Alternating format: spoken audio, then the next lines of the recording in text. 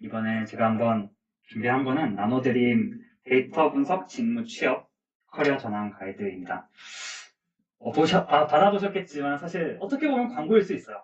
어떻게 보면 광고예요. 근데 저는 이제 광고이기 전에 여러분들께 정말 정보를 드리고 싶은 마음에 진심을 다해서 저희가 발표를 준비를 좀 해봤습니다. 안녕하세요. 저는 김기동입니다.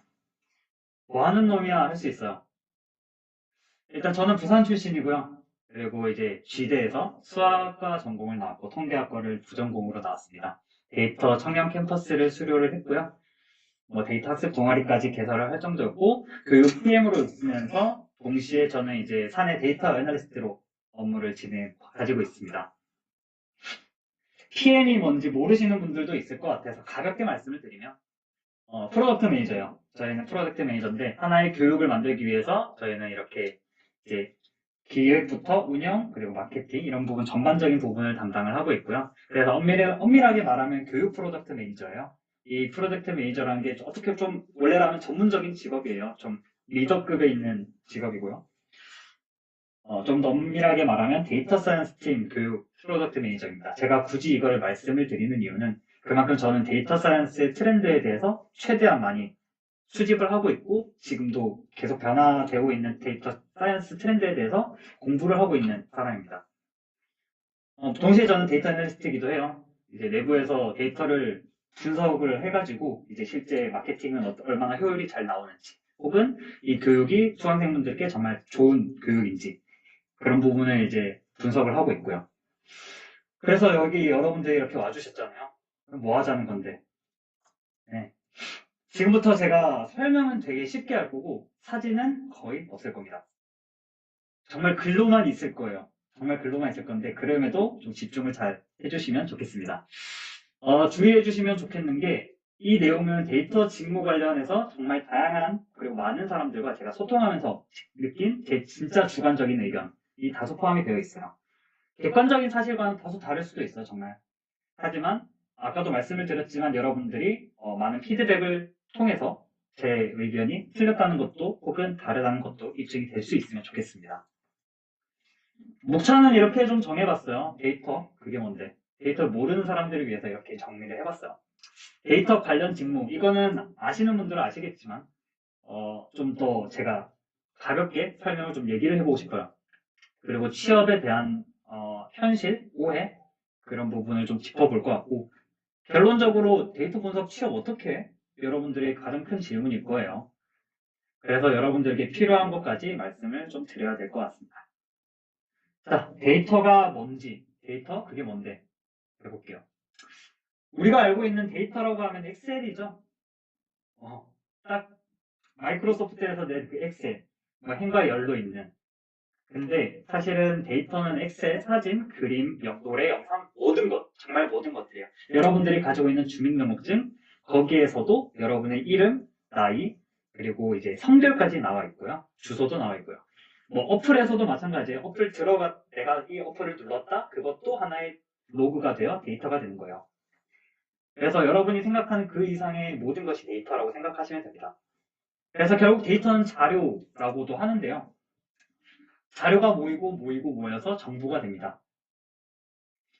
그래서 그런 거를 분석하는 게 데이터 사이언스, 분석이라기보다는 연구하는 분야죠. 그래서 그걸로 어떻게 활용을 할 수 있는 그런 분야가 데이터 사이언스라고 보시면 됩니다. 좀 재정의를 해볼게요. 데이터로부터 새로운 지식, 인사이트를 도출하기 위해 연구하는 분야인데요. 제가 아까 전에 주민등록증을 말씀을 드렸어요. 주민등록증에서 어떤 새로운 인사이트를 도출해낼 수 있을까?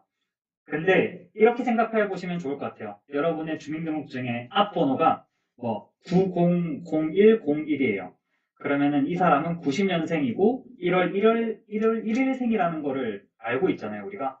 근데 실제로 적혀 있는 건 900101이에요.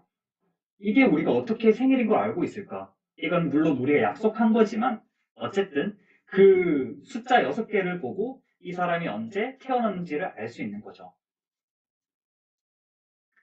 그래서 이제 이거를 제가 말씀드린 이 주민등록증에 대한 예시는 우리가 이제 좀 수치적으로 본 게 아니에요. 그냥 우리가 이렇게 되고 있구나라고 감적으로, 느낌적으로 알고 있는 건데 실제로 데이터 사이언스에 대해서는 이제 이런 많은 것들이 좀 필요가 돼요. 수학, 통계, 프로그래밍, 데이터베이스, 도메인, 그리고 AI. 제가 정말 많은 거를 말씀을 드리고 싶지만 정말 시간 관계상 그리고 발표가 너무 길어지면 루즈해지니까 빠르게 설명을 해볼게요. 근데 여기에서 제가 좀 말씀을 드리고 보고 싶은 거는 AI예요. 이 AI. 요즘 막 빅데이터니 AI 많이 뜨잖아요.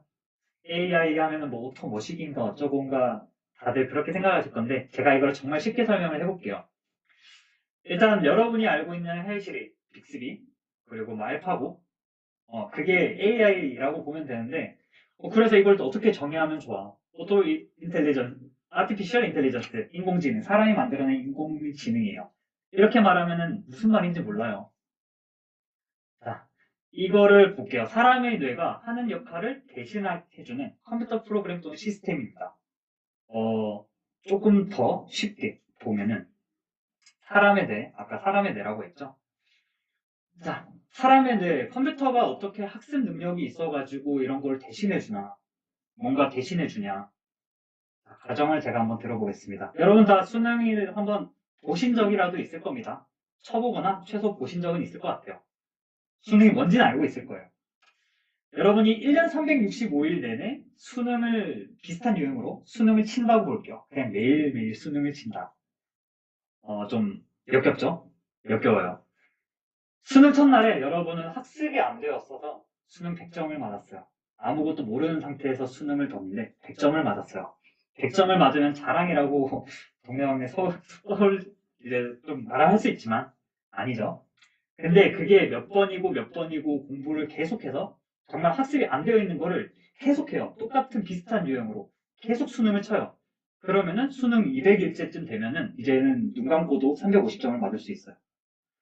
그리고 수능 마지막 날에 정말 100% 내가 완벽하게 어떻게든 학습이 돼요. 그렇게 하다 보면 400점 만점이 되는 거죠. 학습은 흔히 말해서 습관이라고 생각을 해보시면 더 편할 것 같아요. 어쨌든 비슷하거나 똑같은 것을 학습하면 결과가 좋아져요.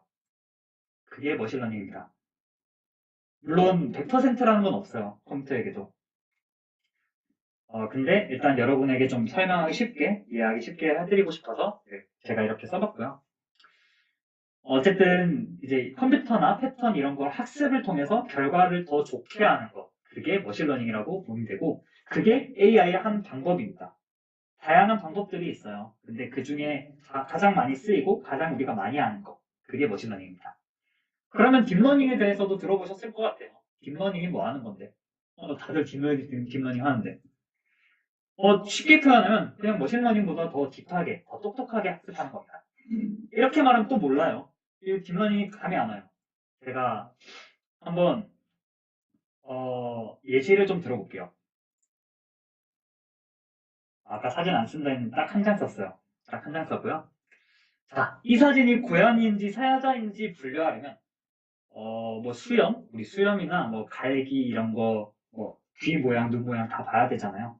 근데 그거는 머신러닝하고 딥러닝의 차이를 같이 말씀을 드리면서 설명해 드리면 좋을 것 같아요. 머신러닝은 인간이 수동으로 판단을 해줘야 돼요. 자, 이게 수염이고 이게 갈기야. 그리고 이게 귀 모양이고 눈 모양이야. 그거를 딱 설정을 해줘요. 근데 딥러닝은 컴퓨터 알아서 스스로 판단합니다. 어떻게 스스로 판단하냐? 이런 개체들이 그러니까 컴퓨터한테는 이건 하나의 개체예요. 개체가 이 개체가 이 개체가 이 개체가 비슷해. 패턴이야. 이런 거를 컴퓨터가 스스로 판단한다는 거죠. 그게 딥러닝과 머신러닝의 차이라고 보시면 됩니다.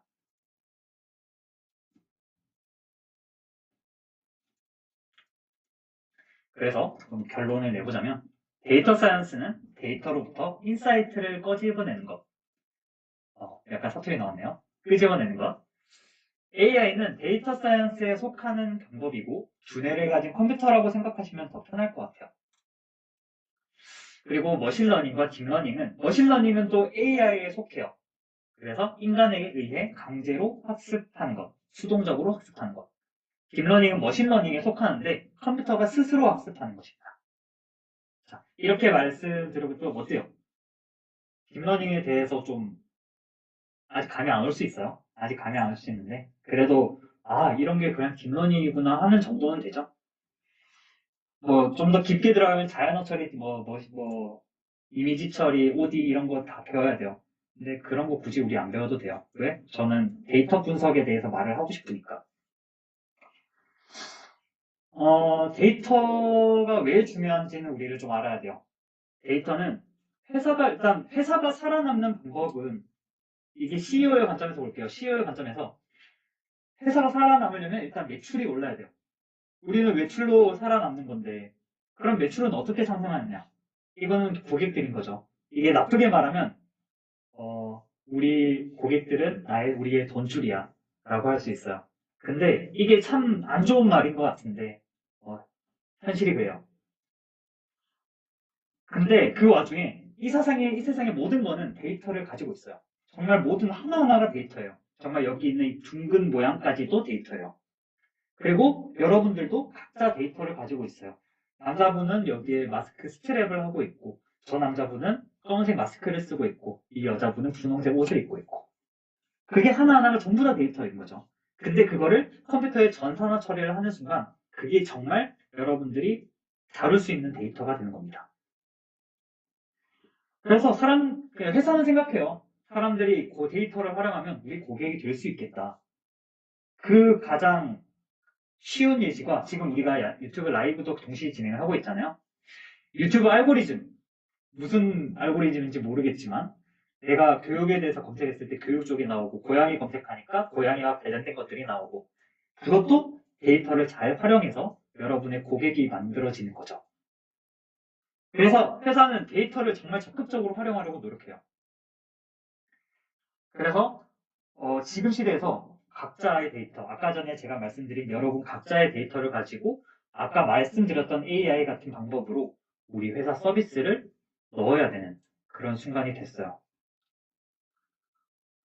자, 여기까지 데이터의 중요성까지는 말씀을 좀 드려봤어요. 근데 여러분들이 궁금한 건 그게 아니잖아요. 데이터 분석 직무인데 그래도 데이터 사이언티스트니 뭐 데이터 엔지니어니 그거에 궁금해가지고 여기 오신 분들도 있을 것 같아요. 그래서 말씀을 좀 드려볼게요. 확실히 대세예요. 데이터는 정말 중요해졌어요. 근데 데이터 직무를 정확하게 아는 사람이 드뭅니다. 정말 드물어요. 데이터 분석과 데이터 사이언티스트 차이점도 몰라요. 나 데이터 사이언티스트 취업하고 싶은데 비전공자인 나도 가능할까? 저는 불가능하다고 말씀드릴게요. 그리고 이거는 되게 위험한 말이에요. 저한테는 되게 위험한 말인데, 생각보다 많은 교육시장, 거기에서 데이터 사이언티스트와 데이터 분석가를 정확하게 구분하지 않아요. 그래서 저는 여기에 대해서 가볍게 말씀을 좀 드려볼게요. 일단 많아요. 데이터와 관련된 직무는 정말 많아요. 여기 적혀 있는 거 말고도 더 있어요. 비즈니스 분석가, 데이터 사이언티스트, 머신러닝 엔지니어, CRM 마케터가 데이터 분석가라고? 근데 데이터 직무라고 할 수 있어요. 그리고 각 직무가 하는 일은 전부 다 달라요.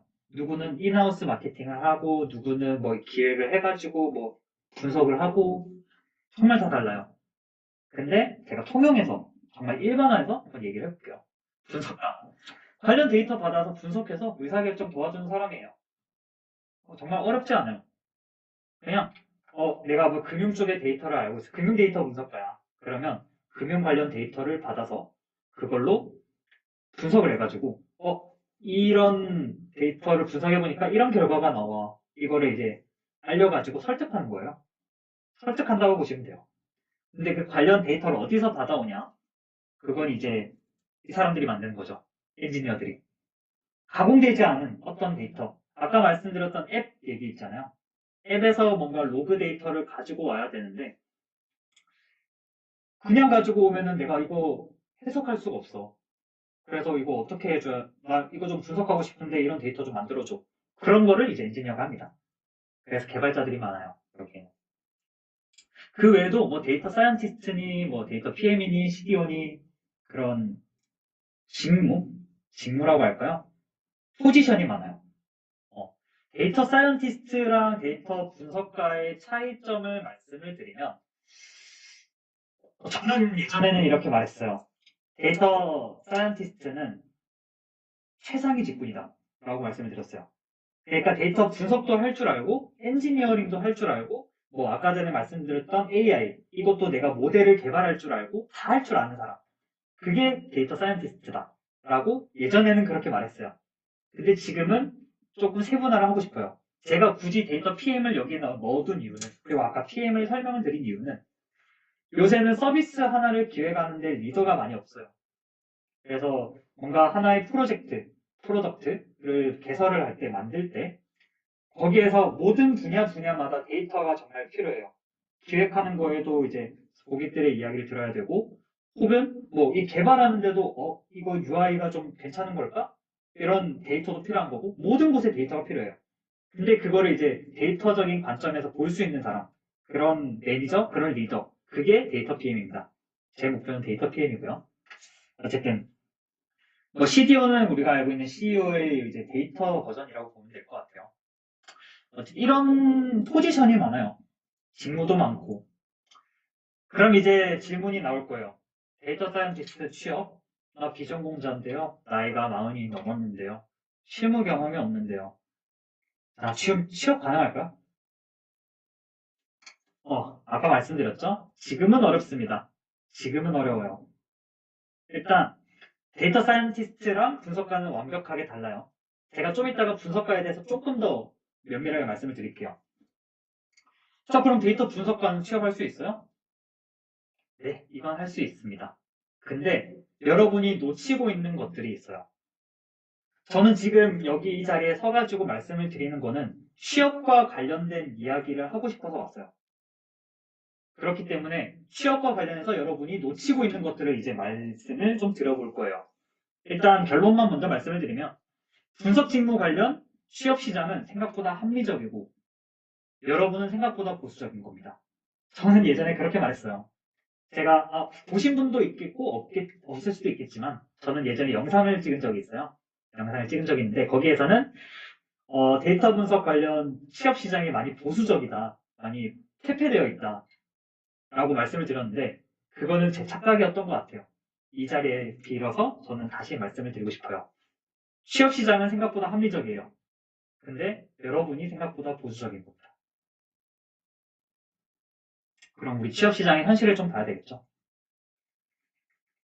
일단 경력, 전공, 나이 이게 지금 저희가 아까 제가 말씀드렸던 것처럼 나노 디그리를 이제 상담을 많이 하고 있어요. 거기 상담에서 가장 많이 나오는 내용이에요.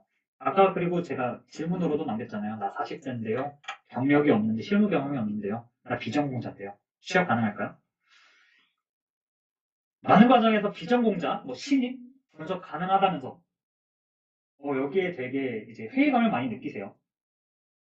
그리고 채용 공고 보니까 대부분 뭐 유관 전공 출신 해야 되고 뭐 관련 경력 뭐 1년 이상.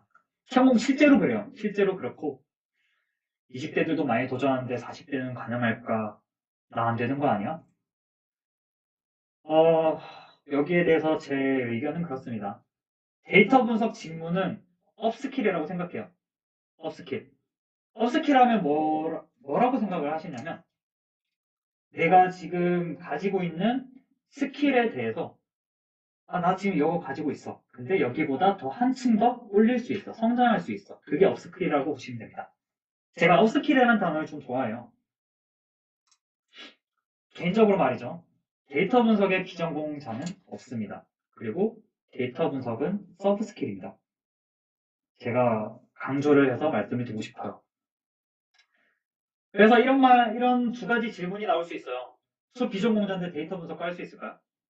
그리고 저 어떤 전공이고 어떤 경력을 가지고 있는데 데이터 분석 쓰면은 업스킬 할 수 있을까요? 저는 위에 솔직하게 말씀을 드릴게요. 나노 디그리 상담자 분들한테도 조심스럽게 말씀을 드리는 거지만 저는 위에 질문을 되게 좋아하지 않습니다. 실제로 그래요. 어떤 전공이고 어떤 경력을 가지고 있는데 내가 여기 이거를 살려가지고 이거를 할 수 있을까요? 이걸 살려가지고 데이터를 접목시키면 할 수 있을까요? 그렇게 말씀을 해주시면 정말 환영을 하고 싶어요. 그거는 저희 교육시장뿐만 아니라 취업시장이 마찬가지입니다. 이런 경우도 있죠. 석박사들만 데이터 분석가 가능하다? 아니에요. 데이터 분석과는 비전공자 정말 가능하고요. 어, 제가 퀴즈 한번 물어보고 싶어요. 30살 숙박사랑 30살 신년 경력자랑 여러분들이 CEO라면 누구를 뽑고 싶으세요? 누구를 뽑고 싶으세요? 경력자분 왜 그렇게 생각하시나요? 도메인 지식. 도메인 지식이 정말 중요하다라고 말씀을 해주셨네요. 맞아요. 제가 말씀드리고 싶은 게 그거였어요. 아까 제가 비전공자가 없다라고 말씀을 드렸잖아요. 계속 업스킬도 강조를 드렸어요. 한마디로 정리를 하면 내가 지금 가지고 있는 도메인 지식에 데이터를 넣는 방식으로 해야 취업에서 살아남을 수 있습니다. 그게 취업이 돼요. 단순히 나 비전공자인데 데이터 분석할 수 있을까요? 그러면 취업 안 돼요. 그리고 저 통계 전공이고 뭐 데이터 분석 뭐 좀 해봤어요. 이런다고 취업을 해줄까요? 요새 그렇게 안 돼요. 이제는 내 도메인, 나만의 능력을 가지고 해야 돼요. 제가 좀 이따가 우리가 취업할 때 좀 필요한 내용들을 말씀을 좀 드려볼게요.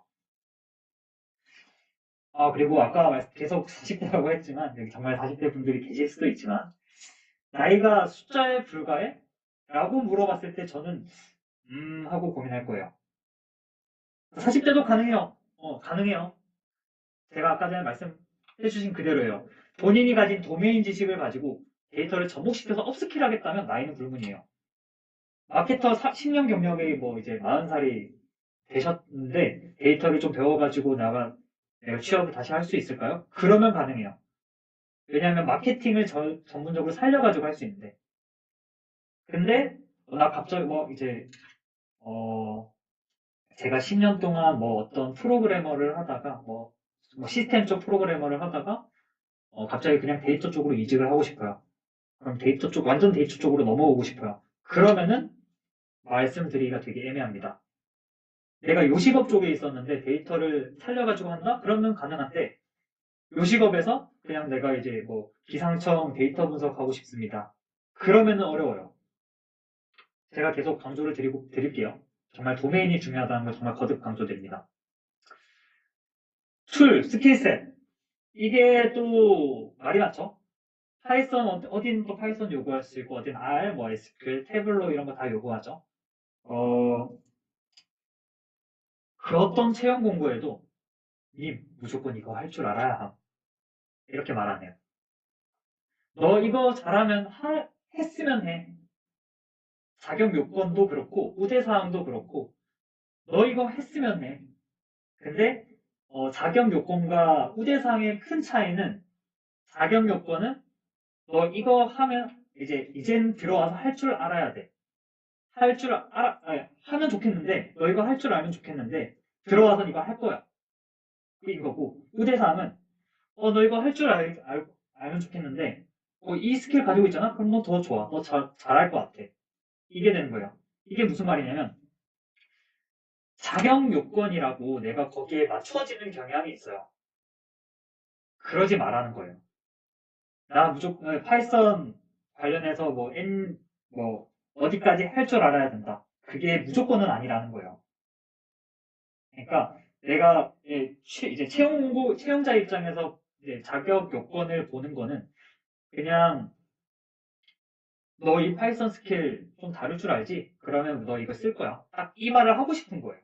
그러니까 거기에 너무 얽매이지 않았으면 좋겠습니다. 나중에도 나올 거예요. 어쨌든 기업에서 사용하는 툴이나 스킬셋은 전부 다 달라요. 정말 다 달라요. 근데 우리가 반드시 기억해야 할 거는 데이터를 다양한 관점에서 읽을 줄 알고 소통을 할 줄 알고 거기에서 인사이트를 끄집어낼 줄 알아야 하는 거. 딱 이겁니다. 다른 거 없어요. 데이터를 다양한 관점에서 읽을 줄 알고 그냥 한 관점이 아니라 다양하게 생각을 해보는 거죠. 그리고 소통도 잘 할 줄 알아야 돼요. 자, 인사이트를 끄집어낼 줄 알아야 돼요. 여기에서 툴이나 스킬셋은 없습니다.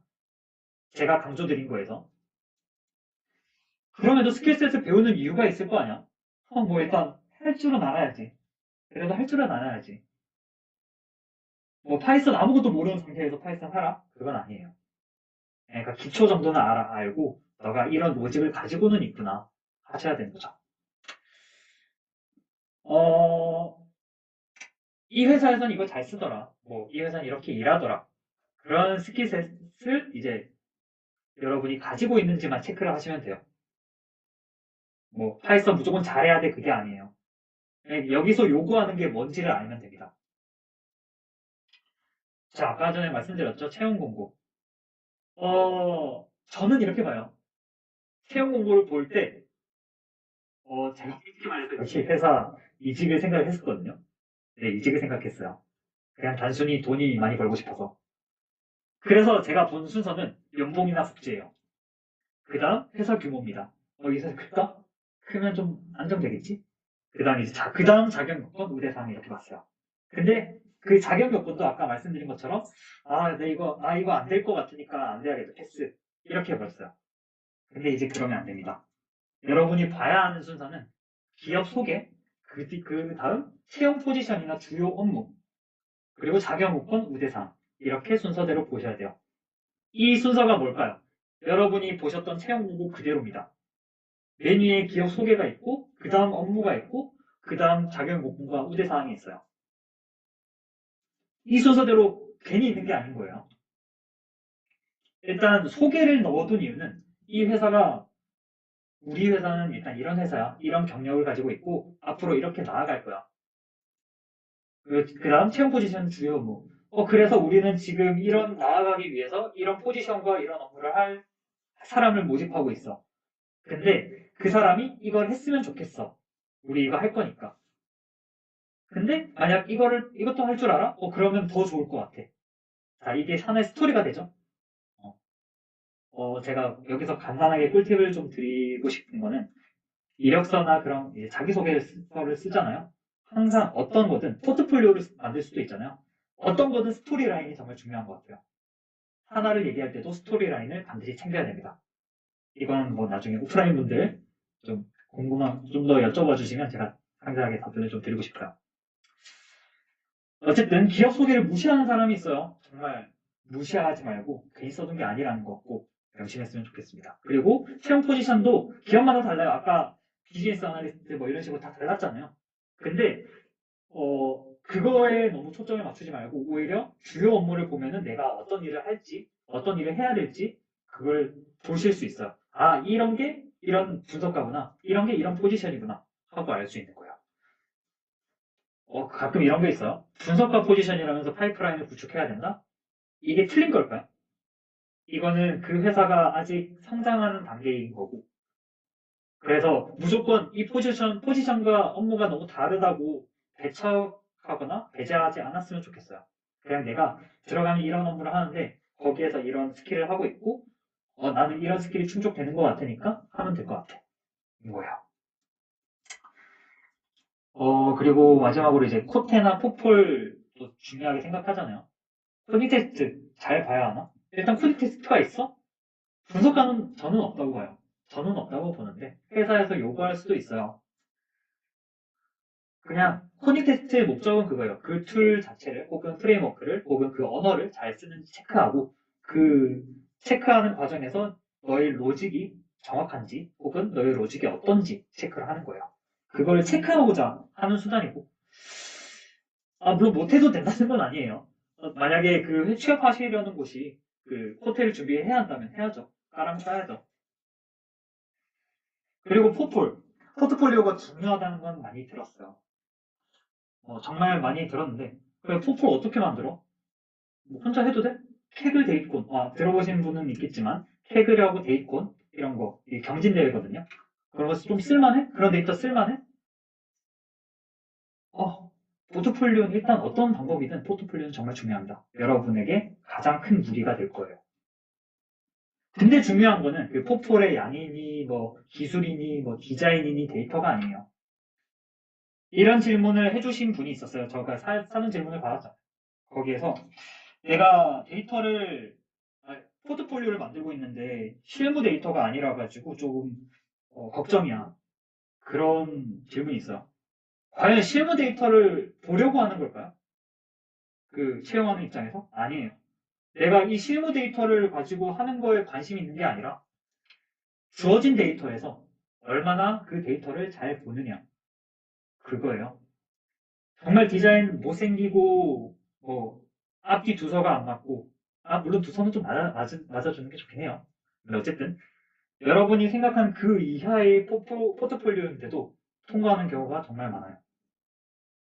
이제 거기에서 부가적인 약간 가산점 같은 거죠. 디자인이나 뭐, 양이나 그런 거는.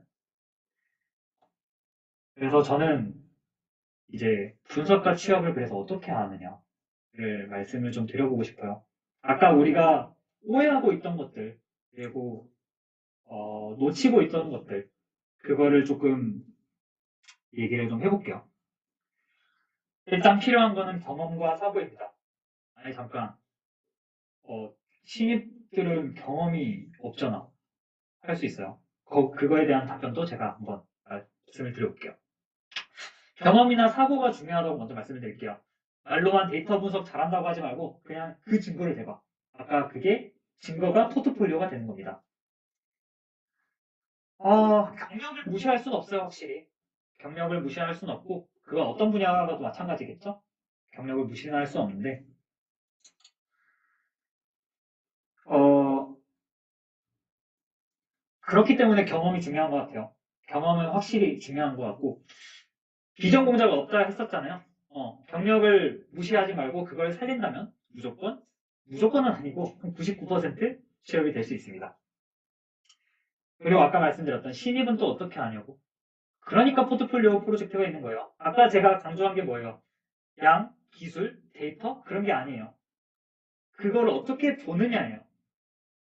단순히 뭐, 캐그를 들어보신 분들은 알겠지만, 타이타닉이라는 데이터가 있어요. 혹시 못 들어보신 분 있나요? 데이터 분석하면은 타이타닉을 안 들어볼 수가 없어요. 근데 그 타이타닉을 가지고 검색을 해봐요. 네, 타이타닉 데이터 분석한 거를 다 보면은 수없이 많아요. 몇천 개가 넘어요. 그 하나의 데이터에서 수천 개의 진짜 그런 프로젝트가 나와요. 근데 그 프로젝트 결과값이 다 달라요. 사람마다 데이터를 보는 눈이 달라요. 근데 그 데이터를 보는 관점을 이제 회사에서 어떻게 핏을 보느냐가 가장 이제 중요한 포인트인 거죠. 그러니까 포트폴리오를 뭐잘 만들고 그거 필요 없어요. 솔직하게. 무조건 예쁘게 만들어야 돼. 깔끔하게 만들어야 돼. 그러면 좋아요. 근데 데이터를 이런 식으로 내가 다룰 수 있어. 하는 거를 보여주는 게 정말 필요한 겁니다. 사고를 제가 말씀드린 이유가 그런 거에 있어요. 관점, 사고. 그러니까 어떤 분석이든 거기에서 인사이트를 뽑아낼 수 있고 그게 아예 뽑아낼 데이터가 없는 게 아니거든요. 분명히 어떻게 잘 엮으면 인사이트가 나와요. 그러니까 툴도 중요하지만 관점이나 인사이트도 꼭 중요하다는 점 말씀을 드리고 싶습니다. 여기서 제가 굳이 한번 써봤어요. 실패와 의심이라는 단어를 좀 써볼게요. 나 실패하는 건 무서워하는데? 의심 왜 해? 할 수 있는데, 이게 오히려 취업에 정말 큰 무기가 될 수 있어요. 실패를 여러 번 하면은 그게 성공의 지름길이 되고, 의심을 계속하면 다양한 관점이 생겨요. 이거 왜 이럴까? 갑자기 왜 이러는 걸까? 거기에서 출발해서 실패하더라도 계속 하다 보면 여러 가지 길이 나옵니다. 그거를 포트폴리오로 꼭 만드셔야 됩니다. 그래서 어쨌든 이런 경험, 이런 꿀팁 꼭 말씀을 드리고 싶어요.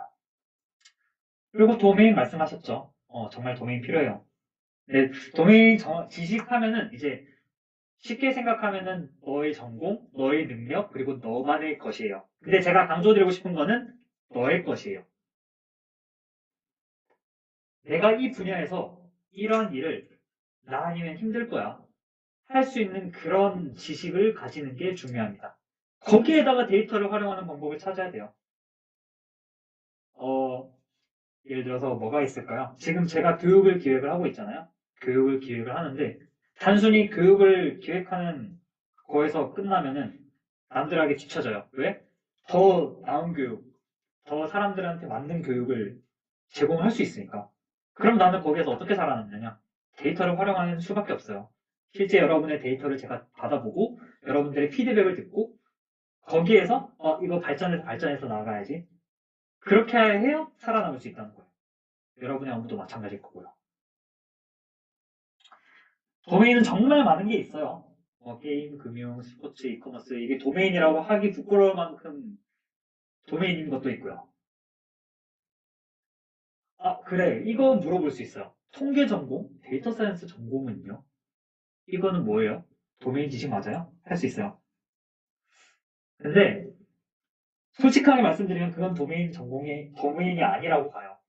어쨌든 정말 도메인은 여러분의 것이라고 했잖아요. 그게 여러분의 것일 수 있지만 그것보다도 뭔가 내가 이것만 해가지고 먹고 살 수 있을 것 같아. 내가 이것만 해서 잘 할 수 있을 것 같아. 그게 여러분의 관심사고 목표가 되는 거예요. 그거를 잘 설정하는 게 중요합니다. 뭐 내가 나 데이터 분석가 하고 싶은데 어떤 데이터 분석가 할까? 이 고민을 하지 말고 내가 잘하는 게 뭘까? 나의 이 연대기를 한 번씩 싹 적어보면서 내가 이런 거 적어보니까 내가 이걸 좀 잘할 줄 알지. 그럼 나 이걸로 여기에다가 데이터 분석을 하면은 세상에 어디에도 없는 나만의 기술이 되는 거네? 그렇게 접근을 하셔야 되는 거예요. 그리고 가장 중요하게 말씀을 또 드리고 싶은 거 소통입니다. 아까 전에도 소통이라는 단어가 나왔는데 여러분이 분석가가 된다면 분석 직무를 맡게 된다면 경영진, 실무진 사이에서 얘기를 해줘야 되고 마케터, 서비스 총괄 사이에서 말을 해줘야 되고 개발자와 기획자 사이에서 말을 해줘야 돼요. 이게 무슨 말이냐면 개발자를 예를 들어 볼게요. 제가 어떤 서비스를 하나 기획했어요. 자, 이거를 이제 개발자한테 넘겨주고 싶어요. 근데 개발자에서는 이렇게 말을 할 거예요. 그 근거가 뭔데? 이거를 내야 되는 근거가 뭔데? 그 근거를 기획자 입장에서 이건 이렇고 이러고 이렇고 그렇게 말을 하는 것보다 뭔가 수치적인 데이터 그걸 보여주면서 결과적으로 보니까 이렇게 나오는 것 같아. 분석해보니까 이렇게 나오는 것 같아. 그럼 개발자 입장에서 오케이 이거 만들어줄게. 이렇게 되는 거예요. 그리고 가장 크게 보는 건 경영진과 실무진이겠죠. 경영진 입장에서는 그래서 너 결과가 어떻게 되는데 실무진한테 결과가 뭔데 보여줘봐. KPI 보여줘봐. 실무진 입장에서 보여줘야 되겠죠. 그냥 저 좀 강의도 많이 만들었고 어떤 서비스도 많이 만들었고 뭐 이런 매출을 좀 달성하고 있어요. 이렇게 말로 하는 것보다 보고서를 내는 게 더 효율적이잖아요. 근데 그 직무가 분석가의 직무입니다. 분석가는 중간다리예요. 그래서 다양한 관점으로 봐야 되고 다양한 이야기를 나눠야 되고 다양하게 의견을 표현을 할 줄 알아야 돼요. 그게 소통 능력이잖아요. 커뮤니케이션. 그 외에도 뭐 계획 같은 거. 계획적이어야 돼요, 사람이. 이거는 제가 느낀 경험이에요. 사람이 하나하나 다 우선순위에서 체크하고 해야 되고, 도전을 해야 돼요. 이거는 뭐 좀 꼰대 같은, 약간 선배 같은 말이겠지만. 이제 결국 여러분한테 필요한 게 뭐냐? 이제 광고입니다. 광고예요. 네. 진짜 교육입니다. 네. 광고 사이에도 말씀을 드리고 싶은 게, 네, 광고 맞아요. 정말 제대로 된 데이터 분석 교육이 필요하다는 건 여러분도 저도 느끼고 있습니다. 요즘 막 교육 같은 거 찾아보면 교육의 퀄리티는 상승하고 있어요. 근데 문제는 코로나라는 거. 그래서 개인화되었다는 거. 소통하지 못한다는 거. 논 네트워킹이라는 거. 왜 이게 문제가 되느냐? 여러분의 옛날 생각을 해보면 내가 어떤 교실에서 같은 학생들과 뚜렷한 목표를 가지고 함께 얘기를 나누면서 성장을 해왔잖아요. 그게 교육이라고 봐요, 저는. 데이터 분석가랍시고 뭐 툴 잘 쓰고 기술만 좋은 사람을 회사에서 뽑으려고 할까요? 아니에요. 그러니까 제가 이렇게 이 자리에 서서 뭔가 여러분에게 소통하려고 하는 것도 있고 이런 포지션이 반드시 필요하다는 거예요. 이런 능력이. 근데 그걸 이제 데이터 분석에서 접목을 시켜가지고 아까도 말씀을 드렸지만 데이터 분석에 있어서 아까 말씀드린 다양한 게 있겠지만 무엇보다 중요한 건 전 소통이라고 말을 하겠습니다. 소통이 안 되는 교육을 들어서 저 좀 위험한 발언이에요. 이번엔 또 위험한 발언이에요. 온라인 교육을 저는 깝니다.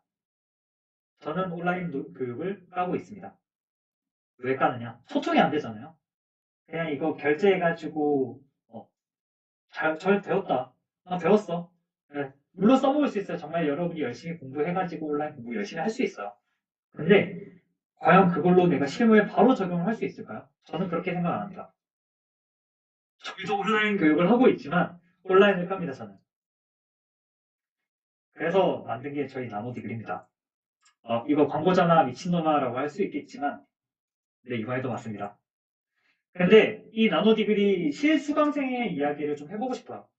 저희가 지금 4기를 모집 중인데, 5기를 모집 중인데, 이기분께서 졸업을 하시고 어떤 큰 기업에 가셨어요. 대기업에 가셨는데 그분께서 말씀을 해주신 거예요.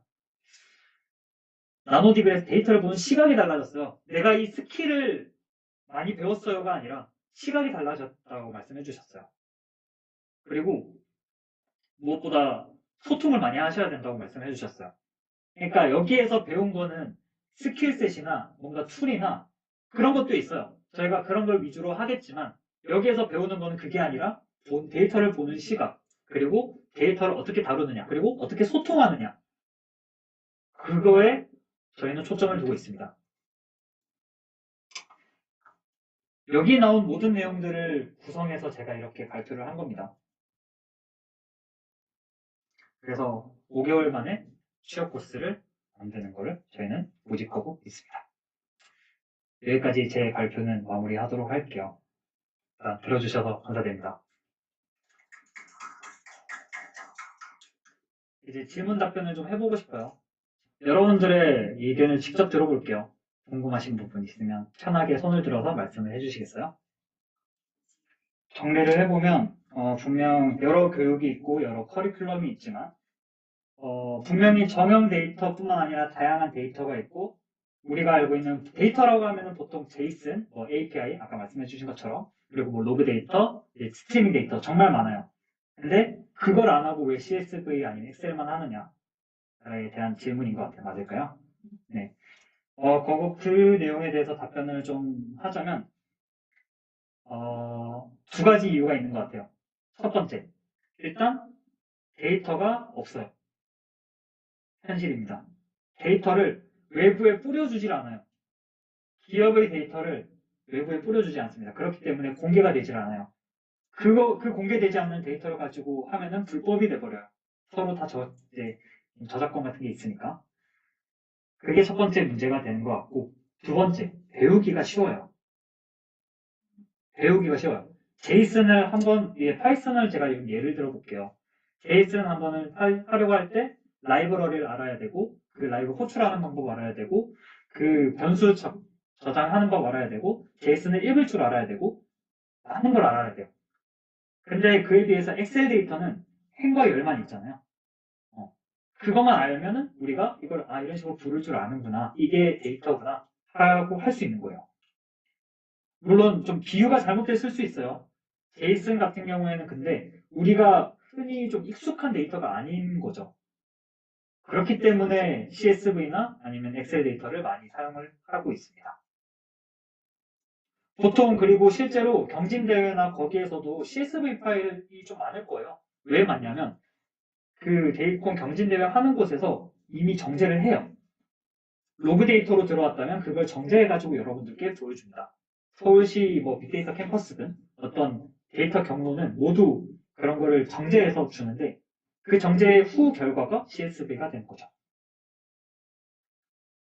여기서 좀 꿀팁을 드리면 공개 API를 찾는 게 정말 좋습니다. API를 정말 많이 찾아다녀야 돼요. API가 유일하게 실시간으로 혹은 이제 좀 반실시간으로 여러분이 접근할 수 있는 가장 좋은 데이터입니다. 로우 데이터요.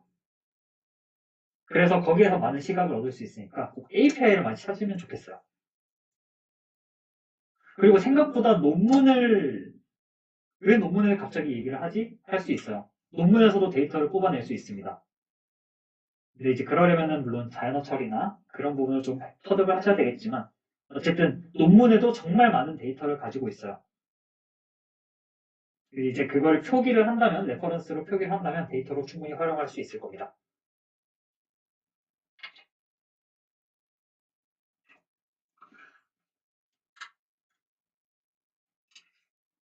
제가 이제 여기서 같이 온라인이랑 같이 보면서 이 질문을 좀 드려볼게요. 네, 데이터 분석가와 데이터 프로덕트 매니저가 어떤 차이가 있는지 궁금합니다. 분석가, 아까 전에 제가 말씀을 드렸죠. 데이터 PM이 되고 싶다고 저는. 데이터 분석가는 말 그대로 아까 전에 의사결정을 해주는 사람이에요. 의사결정을 해주는 사람이고, 프로덕트 매니저는 뭔가 하나의 서비스에 대해서 처음 기획을 해가지고, 이제 끝에 이제 런칭하기까지, 그 이벤트를 생성하기까지의 그 모든 과정에서 데이터를 활용할 줄 아는 그런 직무가 데이터 프로덕트 매니저입니다. 분석가는 그 사이사이를 담당을 하는 거예요. PM은 전체적으로 볼 줄 알아야 돼요. 뭐 A 기획자, B 기획자, A 분석가, B 분석가, C 분석가가 있다고 칠게요.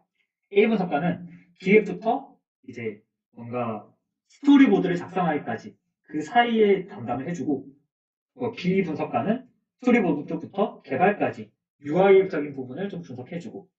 근데 그런 분석가들을 좀 총괄할 수 있는 그런 직무가 데이터 프로덕트 매니저라고 저는 말씀을 드리고 싶어요.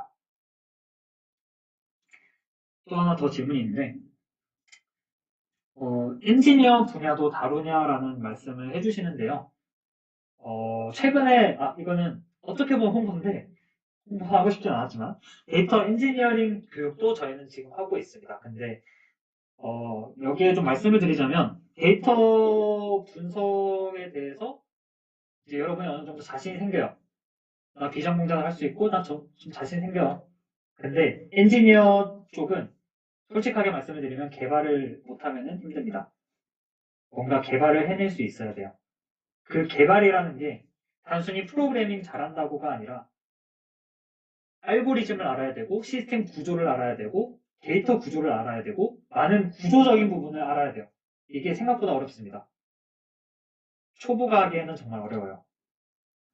그리고 나노 디그리와 같은 커리큘럼은 이제 온라인에서 없느냐 하실 수도 있어요. 그거는 제가 강조를 하고 싶은 게 오프라인을 정말 강조를 할게요. 하고 싶은 게 아니라 할게요. 아까 제가 처음에 마지막에 말씀을 드렸죠? 다소 보수적일 수 있지만 어떤 교실에서 같은 학생과 뚜렷한 목표로 네트워킹하면서 배워야 돼요. 그래야 시각이 늘어요. 시각이 늘고 역량이 늘어요. 데이터 분석에 대해서는 적어도 이렇게 배우셔야 된다고 말씀을 드리고 싶습니다. 제가 국비교육을 정말 좋아하지 않는 이유가 뭐냐면 물론 저도 국비교육 준비를 할 예정이지만 앞으로 준비를 할 예정이지만 국비교육을 좋아하지 않습니다. 뭔가 틀에 박힌? 그러니까 뭔가 국비교육 하면은 약간 저는 그런 관점이 들어요. 일단은 파이썬 기초부터 배워야 되고 무조건 파이썬 기초, 그 다음 프로그래밍 기초부터 배워야 되고 그 다음에 뭔가 이제 그 사이사이에 자꾸 프로젝트 하나만 끼워 넣으면 돼. 하나 정도 끼워 넣으면 끝이야. 거기에 뭐 머신러닝, 딥러닝 무조건 넣어야 돼. 그런 커리큘럼이 있을 수 있어요. 근데 그게 일반화된 커리큘럼인 것 같아요. 저는 그러고 싶지가 않아요. 뭔가 지금 여러분들 받으신 팜플렛도 있을 거고 제가 기회가 된다면 나노들에 대해서 여기서도 말씀을 좀 드리고 싶은데 어쨌든 보시면은 다른 커리큘럼과는 좀 다를 거예요. 제가 목표하는 교육은 그냥 이런 기초 배우고 뭐 이제 그걸로 좀 분석 어떻게 하는지 알아보고 이제 프로젝트 해보고 그게 끝이 아니라 그럼 데이터를 읽는 방법부터 배워야지. 그 다음에 통계가 왜 중요한지를 배워야지. 그런 과목이 자꾸 있어야 된다는 거죠. 뭔가 데이터를 보는 방법이 요새 제가 취업하는데 가장 중요하다고 했잖아요. 그거를 배워야지 왜 애꿎은 기술만 자꾸 배우고 있냐. 전 그래서 국비교육을 솔직히 정말 반대하는 편입니다. 제 개인적인 입장이에요. SQL 그러니까 좀 정리를 하면 SQLD나 ADSP와 같은 뭔가 데이터 관련 자격증의 효과라고 말을 할까요? 일단 좀 정리를 다시 하자면 그 각 자격증이 의미하는 바가 뭔지 그리고 효용 가치가 어떤 가치가 있는지 그거에 대해서 말씀해 주셨어요. 음, 개인적인 입장이에요. 제 개인적인 입장에서 자격증 가산점이라고 생각합니다. 단순 가산점이라고 생각을 하고요. SQLD, 그러니까 하나하나 좀 얘기를 해볼게요. SQLP는 이제 단순히 SQL 그 명령을 어떻게 쓰는지를 보는 게 아니라 그 사이에서 SQL은 이런 식으로 구성이 되어 있고 그리고 그걸 어떻게 다룰 수 있고 그리고 아마 여러분 이제 보통 그 내용은 뒷과목에 나와요.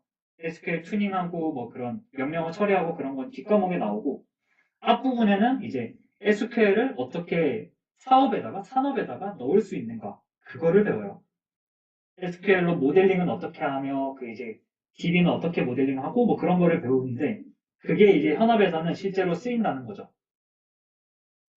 ADSP도 마찬가지예요. ADSP는 제가 알기로는 R로 배우는 걸로 알고 있거든요. 근데 앞부분에는 데이터 분석의 전반적인 프로세스를 배운다고 보시면 될 것 같아요. 전반적인 프로세스가 어떻게 되는 거지. 근데 그거는 이제 약간 제가 R 같은 경우는 잘 설명을 드리지 않는 이유가 R이 최근 트렌드로서는 이제 연구 쪽의 분야, 연구 분야에서 많이 쓰여요. SAS 혹은 뭐 SPSS 이런 쪽처럼 뭔가 연구적인 분야에서 많이 쓰이고 있고 실무에서는 파이썬을 훨씬 많이 쓰고 있고 물론 이제 최근에 제가 알기로는 또 ADSP가 파이썬을 사용을 하는 것도 걸로 알고 있어요. 어쨌든 ADSP의 최종적인 목적은 데이터를 어떻게 분석하는지에 대한 전반적인 내용을 이제 앞부분에서 다루고 뒤에서 약간 실습 조금 해보고 약간 그런 거라고 보시면 될 것 같고 빅데이터 분석 기사는 이제 그런 것들이 사실 주최하는 곳이 이제 데이터 산업진흥원이에요. 그 데이터 산업진흥원에서 얘네 이런 거 계속 하고 있는 거 보니까 조금 우리 장사 좀 해야 되겠는데? 해가지고 만든 게 빅데이터 분석 기사입니다. 근데 나쁘게 말해서 그거지만 분석에 일단 기사라는 이제 종목을 넣음으로써 국가 공인임을 이제 인정을 한다는 거예요, 국가에서. 데이터 분석에 대한 직무 자체를. 근데 빅데이터 분석 기사라고 했잖아요.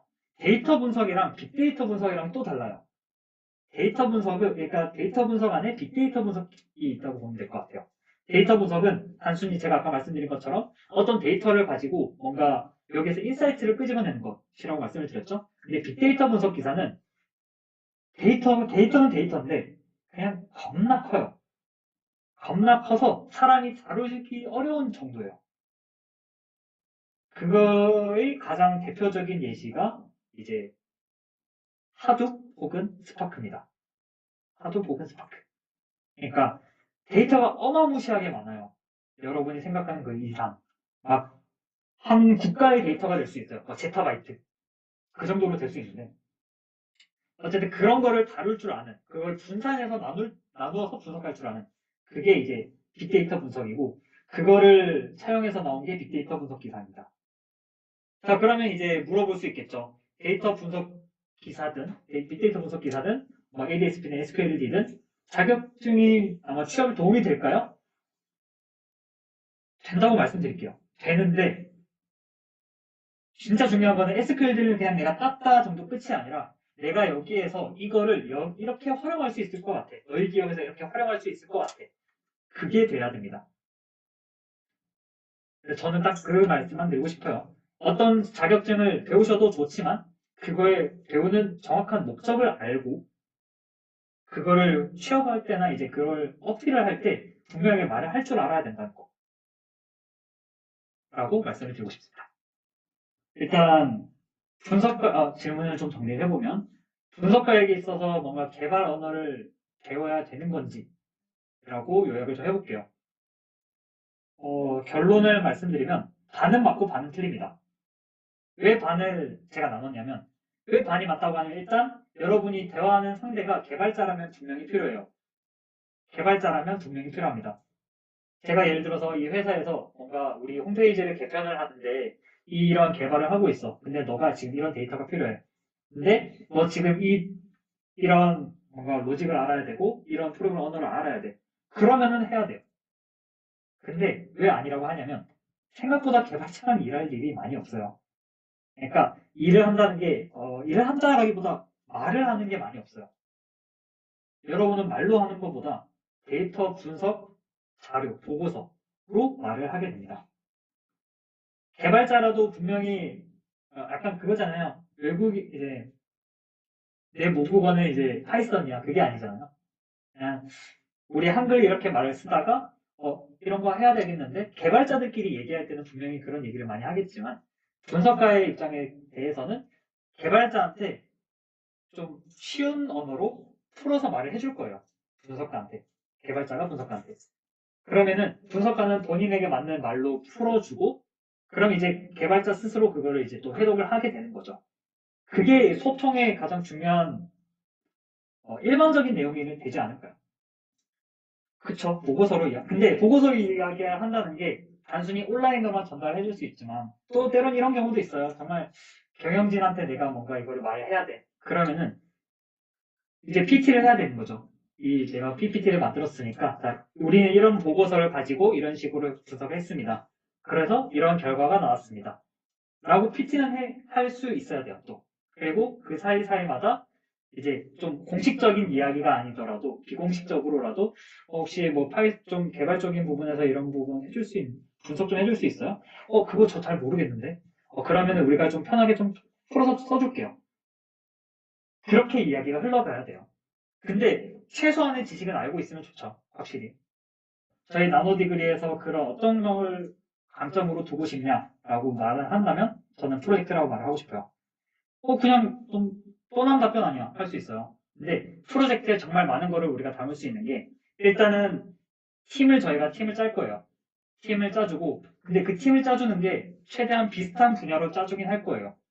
근데 그 팀을 짜주면서 너 분석가로서 이런 포지션을 한번 해봐. 그거를 각자가 이제 수행을 하게 되고 각자 데이터를 찾아가지고 각자 원하는 인사이트를 만들어내게 될 거고 그걸 통해서 마지막 이제 저희가 프로젝트 기간이 따로 있거든요. 프로젝트 마지막에는 프로젝트 발표를 통해서 피드백도 한번 받아보고 뭔가 이제 실무에서 할 법한 내용들을 실제로 해보게 되는 거예요. 근데 아까 제가 말씀을 드렸죠? 실제 데이터를 요새 광고 많이 해요. 어떤 그 카쉐어링사 거기에서 데이터 해가지고 뭐 한다. 어떤 N사 데이터를 가지고 와서 한다. 근데 그게 중요한 게 아니라 그냥 내가 어떤 데이터를 가지고 오던 간에 그거를 난 이런 식으로 분석할 수 있어. 그걸 보여주는 거예요. 그렇기 때문에 저희는 뭔가 데이터를 여러분들께 직접 한번 찾아보라고도 말씀을 드릴 거예요.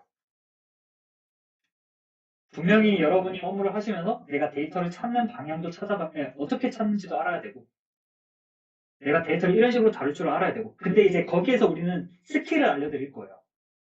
스킬을 알려드릴 거고 그 스킬을 통해서 물론 그 사이사이마다 저희 매니저들의 상담이 들어가긴 할 건데 그 컨설팅과 상담 그렇게 들어가긴 하는데 그거를 함으로써 여러분들의 역량을 올리는 게 저희 최종 포인트입니다. 네, 그렇게 말씀을 드리고 싶습니다. 좀 정리를 하면 통계 또는 IT 전공이 이제 자격 요건이나 우대사항으로 반드시 들어가 있던 데고 그게 꼭 필수 사항이었는가라고 할까요? 그게 정말 중요한 건가?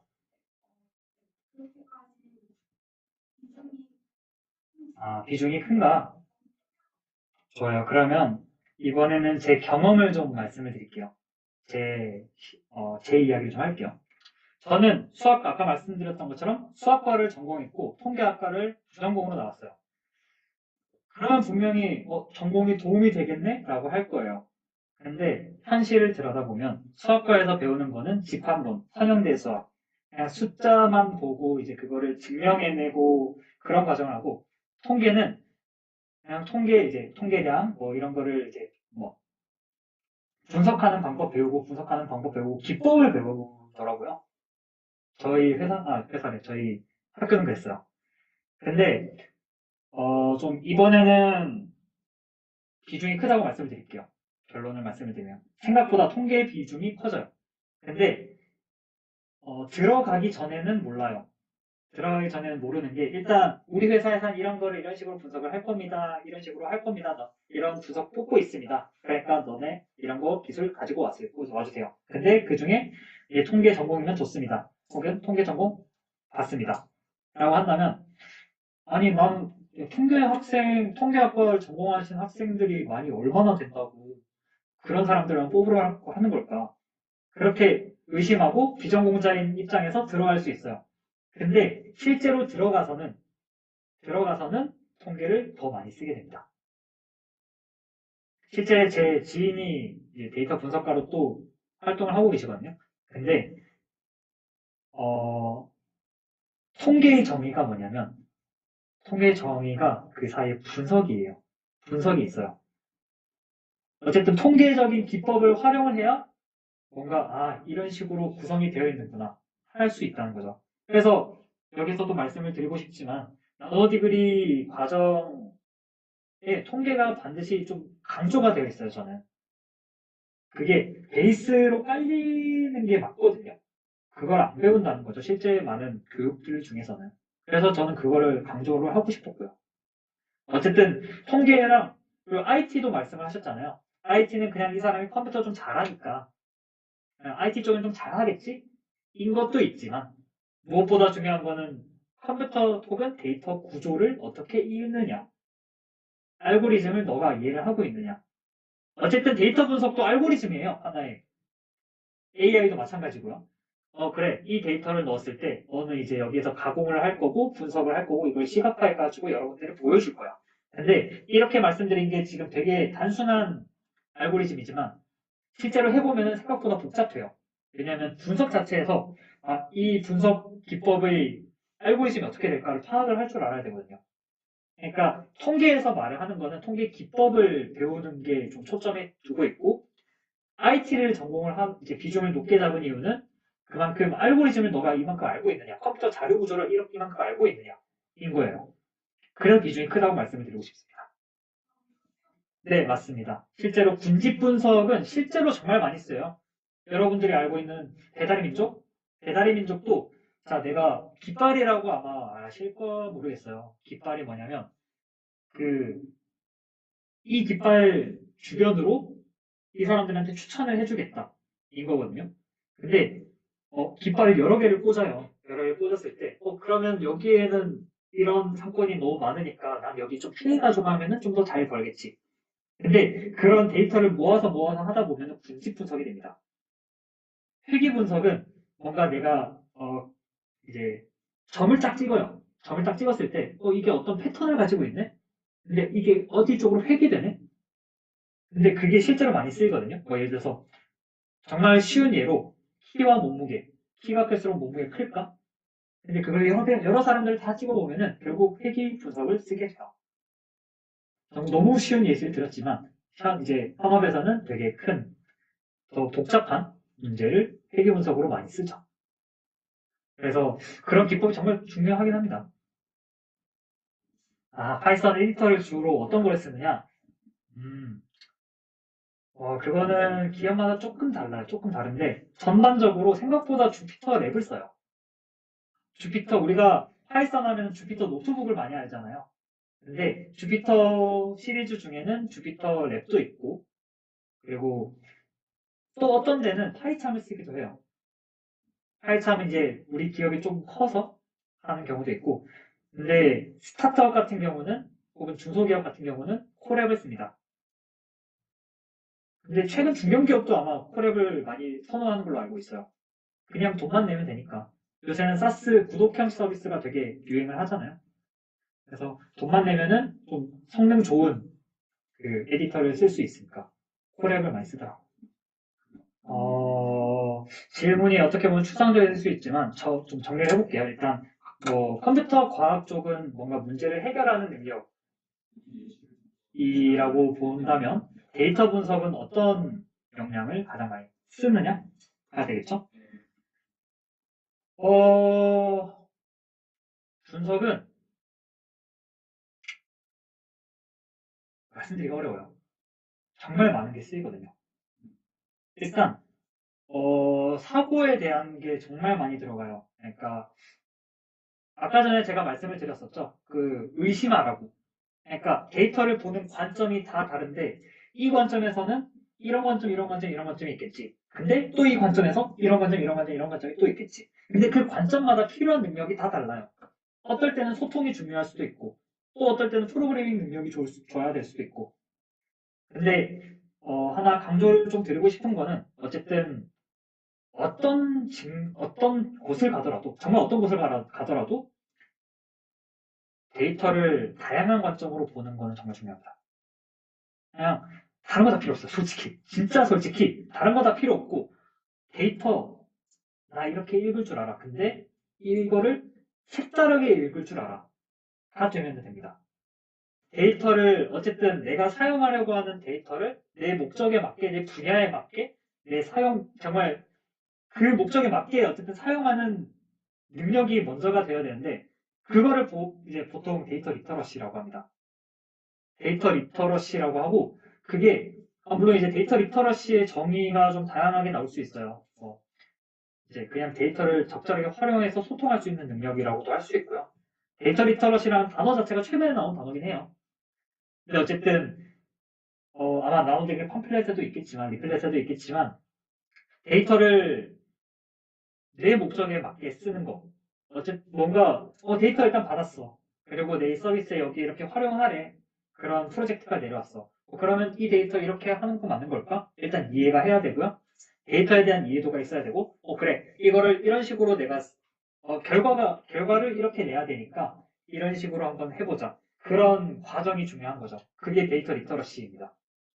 그쵸? 요리사라고 생각하면 돼요. 근데 데이터를 받을 때도 기획을 짜야 돼요. 사실. 왜냐하면은 일단 내려오는 건 프로젝트거든요. 마치 식당에서 이런 요리 주문 나왔습니다. 그러면 오케이 이 요리에는 짬뽕이니까 일단 면이 필요하겠지. 그 다음에 뭐 홍합을 넣어줘야 될까? 이런 걸 다 고민을 해야 돼요. 다 고민이 끝나고 재료를 수집을 해야 되는 거죠. 관점을 제가 아까부터 또 강조를 했었어요. 데이터 관점에 있어서 소통도 중요하고 많은 게 중요하다고 제가 말씀을 드렸지만 소통도 중요하지만 어쨌든 데이터를 보는 관점이 키워지는 게 중요합니다. 실제로 그런 교육은 저희도 어려워해요. 저희도 어려워하지만 그럼에도 도전을 하는 거고 시도를 하는 겁니다. 그만큼 실무에서 많이 필요하기 때문이죠.